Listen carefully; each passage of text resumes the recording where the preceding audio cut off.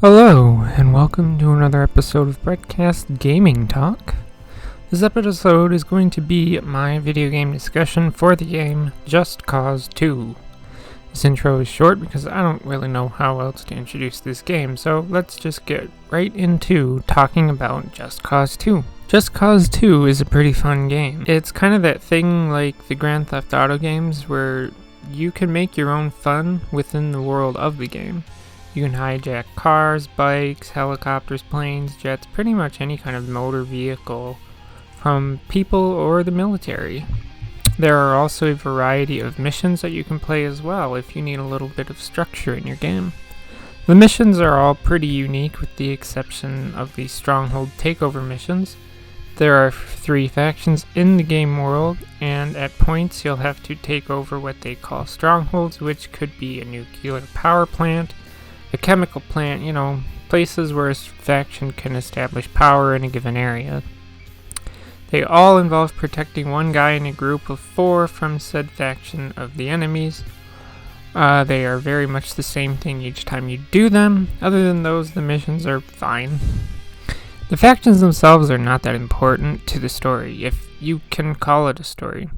The story is that you're looking for an American, and so you join these factions because they have access to information that you may need, and this doesn't really come into play until much later into the game. To be honest, the factions could have been a lot more integral to the world if they had just put a little more effort into it. What I think would have been cool is this. So each faction has names that I don't remember. But one is blue, one is red, one is yellow, and each faction has specific zones on the map that they operate out of. Now what I think is that if a mission for blue faction pops up in the zone that is dominated by the red faction, then if you do the mission for the blue faction, there should be some kind of repercussions the next time you visit the red faction, if that makes any sense at all. You just kind of do missions for each faction and there's no real depth or anything to it. I just want a little bit more here. Now, let's get into the real negative about the game, and that has to do with keyboard and mouse controls, because whoever made the default keyboard and mouse controls for this game has clearly never played a game using keyboard and mouse controls. I'm going to start by saying that when it comes to just controlling the character on the ground, that's fine. However, when it comes, or the only odd thing there is that the control for opening the PDA to see your map and stuff is F1, and I think it should be the M key because M is for map, like Dora the Explorer. So then, let's go up a bit and talk about the vehicle controls, specifically ones with wheels. Driving is fine because it uses WASD default controls for keyboard and mouse. Unless you're somebody who likes to use TGFH for some reason. However, when it comes to the moment that you need to do a handbrake turn, the handbrake is the X key, which doesn't make sense because while using WASD to just drive, you then have to put your hand in this really weird position to be able to press X to do a handbrake turn, and it's really dumb. But the icing on the cake is the jet controls. Flying a goddamn jet in this game with keyboard and mouse controls is like being punched in the balls by Wolverine. It's fucking painful. First off, it took a while for me to figure out how to get the jet off the goddamn runway, because all the game tells you for controls is using shift key to gain altitude and the control key to lower altitude.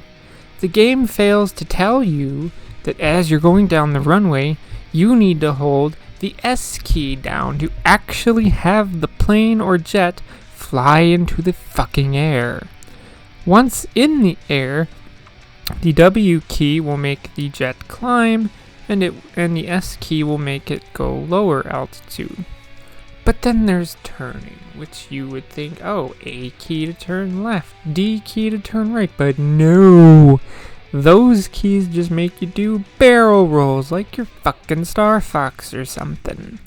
Using keyboard and mouse controls, flying a jet or a plane is impossible. Any mission that requires you to fly a jet or a plane, you're just gonna save yourself time and a lot of anger if you just use a controller for flying a plane or a jet.